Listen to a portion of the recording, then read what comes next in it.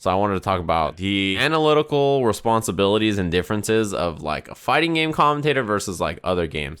Because a lot of people have asked me sort of if I was ever interested in doing other games and stuff like that. And I obviously think a lot about commentary. I listen to a lot of other games, right? So I listen to, like, I watched Dota, I watched League of Legends, I watched CSGO, I've watched a lot of Rivals and stuff for games like TFT, because, you know, I was on Twitch Rivals, so I wanted to see what the other Rivals look like to know. Besides just watching, like, you know, all the games that I focus on, watching Smash, watching, like, you know, different things that are like similar or in the genre and realm that I'm familiar with. Like, I watch TI every year, so TI is coming up in a few weeks, which is why I thought to myself that this exact example would be interesting to discuss. Now, I talk a lot about in fighting games how you have to really jam your analysis into the smallest, tiniest bit of quick composition that you can then like say out loud, right? You have to turn this into the smallest little fastest bit of info you can get out there because our games are so fast, right? And I was thinking about the length of the Sonic Fox versus Goichi set, and I was thinking about that in comparison to an event like Dota or TI. Awesome set, excellent. It went to game 5, right, which is the max distance a Dragon Ball set's gonna go. It's a 30-minute set. That's a long set for fighting games. If you think about the pre-match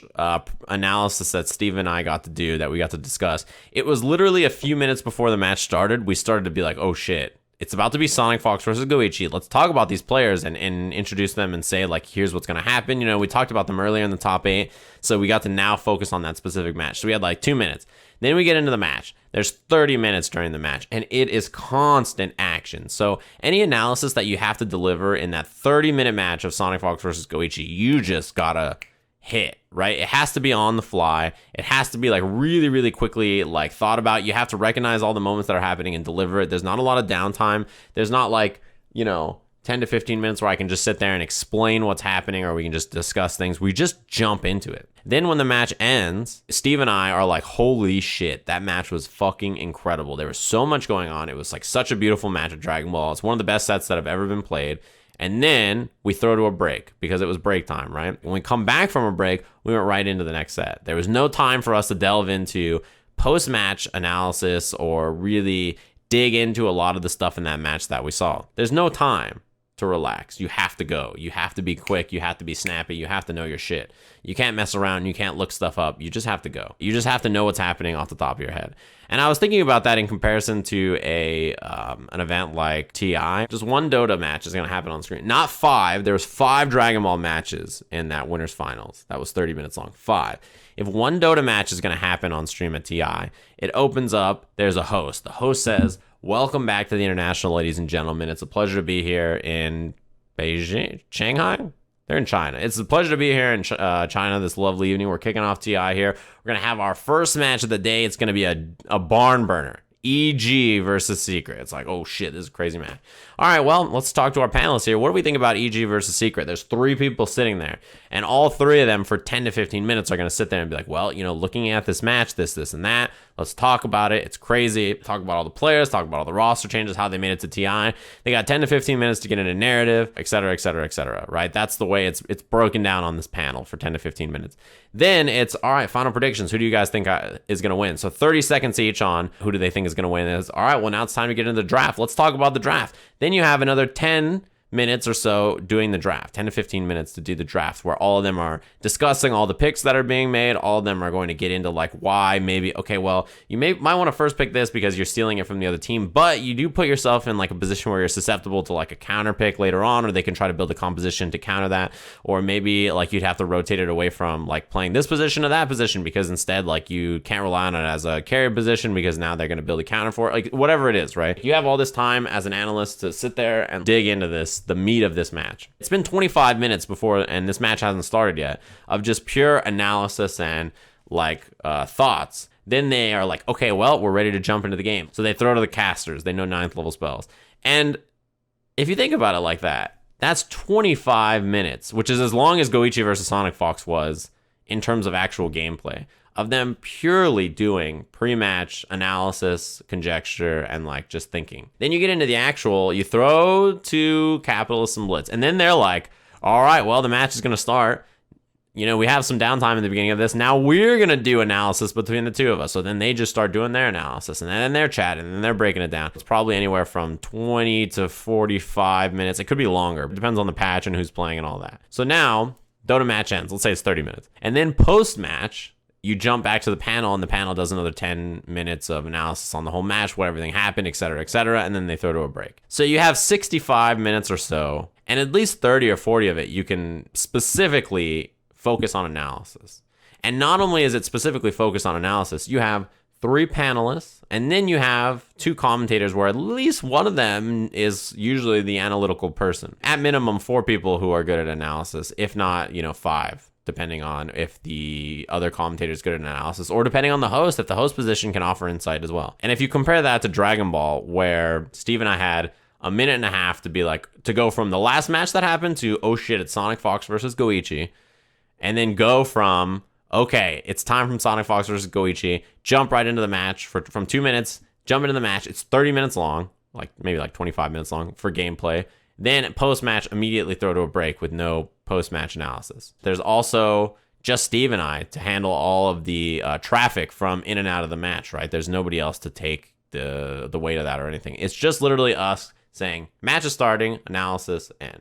So my point here is, if you think about the jobs of an analyst in fighting games compared to those games, you don't have as much support. You don't have as many minds and bodies to help you burden the weight of all of the analysis you have to deliver. It is really on you, whoever the analytical commentator is, to hit all of these points yourself. What are the storylines? What is the analysis in this match? Deliver it live. You have to be quick and snappy and concise. You don't have a lot of times in a fighting game match, right? If it just starts and it's a blowout, the match is 10 to 15 minutes, right? It's over. It's very quick. You don't have as much time to drop the analysis. The difference in the amount of time that is spent on analysis and the amount of people that they have available to drop analysis is so much more. There's so many more people involved that can touch that topic. And even if it's a case where, let's say that you have your panel, and on your panel you have Mike and Ike 25 who's dropping the Twitch Prime, and Mike and Ike's on the end of the panel, and he's like, honestly, I don't know much about these 2 teams. These are 2 teams that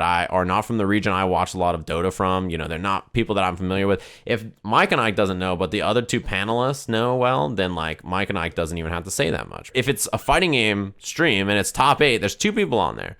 If one of the people don't know who this player is or who they play or the storyline or what's happening, that's it. That's the end. Your insight is going to be, well, I know he exists, and this is the characters he plays on screen, so I have to just discuss that. And I bring up all of this to simply say, this is why I focus so much on mountain goating.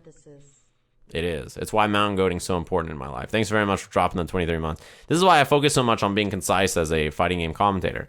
You have to be. You don't have a lot of time. You don't have extra minds to help you out. You really just have to sit there and be like, okay, this set is not long. These players, I don't have a long time to introduce them. I really have to very, very quickly hit them with the narrative, the players, the analysis, and get into the match quick. You don't have time to dilly-dally. You have to be particularly fast. Fighting games are quick. They have lots of instant decision-making that happens that you have to immediately touch on and get in and hit the analysis and then get out. Because if a fight happens in Dota, and then one team is like, okay, well, we won the fight, we're going to go grab an objective. During that time, that's when the commentators can be like, well, in that fight, the big issue was that this hero got silenced and they all didn't go off. And then, you can just discuss it. In fighting games, it's you have to be fast. You have to be like, that's exactly why this happened, and then move on. It's not I'm saying that the job of a fighting game commentator is that much harder, but I'm saying that what you have to focus on and how you have to do everything is going to be obviously different than them. It's also why, for me, I find that I need to play fighting games and really keep up with them to deliver good analysis, because everything that's happening on the screen, I need to be able to see and understand immediately from the perspective of the player and also the perspective of the character and also in the context of the entire game. And if I can't do that immediately, I'm going to struggle. It needs to be like flashcards in my head that I can just turn and be like, okay, I know about this character, or I know about this player. The reason I really thought about this is because I saw a tweet that was the raw gameplay minutes of Evo. There's always somebody that did the math, right? There's always someone. So this is some hero, Paradise, did the actual math of the minutes of top 8s for Evo. It is very, very fascinating to me because This is the raw gameplay, right? Not including breaks, not including downtime. But dude, look at BB Tag. BB Tag had a reset in the bracket, and BB Tag was 3 out of 5 the entire way. The full top 8, not 10 sets because there's a reset, is 1 hour and 19 minutes. That's a really long Dota match. If you're counting the pre-match analysis and the post-match analysis, that's one Dota match. Like, what's crazy is Dragon Ball had a 1 hour more gameplay than BB Tag. You got ripped off if you're a BB Tag fan. You had 1 hour less gameplay than Dragon Ball. You're like, you got to ask for 5 out of fucking 9 or some shit. Yeah, MK11's gameplay being 1 hour and 44 minutes is pretty insane, given that the top 8 itself was like 4.5 hours. There's really a lot of mistakes if the amount of time your top 8 took compared to the gameplay minutes is like that. For a fighting game. Fighting games deliver so much more content per hour than anything else. I think there was over an hour of breaks, at least in Mortal Kombat. I mean, there must have been, right? This is an hour and 44 minutes. Downtime between the matches probably takes us to 2 hours at least. 1 25-minute break, 1 30-minute break. Jesus. But yeah, this is what made me think about and want to discuss the difference in analytical jobs and weight on the shoulders of analysis for fighting games compared to other genres. Just because look at the time you have total. For me, the most important skill an analyst can have in fighting games as a genre, just as a whole, is being able to make your delivery extremely compact. So for me, I already knew everything that I needed to know. I was already like a commentator who knew all this stuff, but I was really bad at making it compact and making it simple. So those are the two things that I worked on tirelessly at the start of last year to make sure that my Dragon Ball commentary was great. And to make sure that when it came to Dragon Ball, that my ability to deliver analysis was top notch. That was all I cared about, was I need to be the absolute best at delivering analysis for this game. I have to take the skills I already have, and I need to build this skill and that skill. And with all these things combined, I'll have it. Breaking down my commentary from this is where I'm at. Let's break down all these parts. What are the pieces I need to be better? People used to say when I go from playing Marvel to going and playing Street Fighter in tournament, my defense is crazy because my brain and my reactions are moving so fast to play Marvel and block stuff. When I switch back to Street Fighter, my brain feels like it's moving in overdrive, and I feel like my defense and my reactions are like super top notch. People say that, right? And I feel similar about analysis. When I do a lot of Dragon Ball and I've trained myself to be super familiar with breaking down a game this quick, when I go back to games that are slower, it feels to me like I have so much more time to see, understand, break down, and also think about the things I want to say because it's just not the same pace. When I want to make my analysis go from this is the analysis to compact, I just do the regular analysis first. And then after you're done doing the analysis, look at it and think about it and see what you need or didn't need or how compact or not compact it is, and then break it back down from there. If you haven't noticed, the one thing about me is that my stream is a test for everything. My match analysis is specifically for me to practice analysis, and I have as much time as I need. So when I go to match analysis, I just say whatever I need to say. And then I try to break it down in a smaller and smaller and smaller compact version of it. That's like the goal, just like the goal is to thank Goss for dropping the Twitch Prime. Thanks very much. Sometimes what you'll need to say, you'll have to add or remove certain parts of it depending on the audience, depending on if you've brought up other concepts in the top 8 and you want to make a comparison, depending on if there's other things that need to be said that you're like, okay, well, I would like to leave this out to make it more compact. But I think this portion of it, which I would normally cut out, is actually important in the context of the rest of the top 8. Commentating solo is like twice as tiring also, by the way. You notice that my streams are they're always like 4 hours, 3 to 4 hours. And it's because like there's a certain amount of time where you're doing analysis or talking where like eventually your brain just starts to jumble up and I can't do anymore. If I'm just simply doing match analysis, like I start my stream and I do match analysis, the most I can do is 4 hours before I'm over it.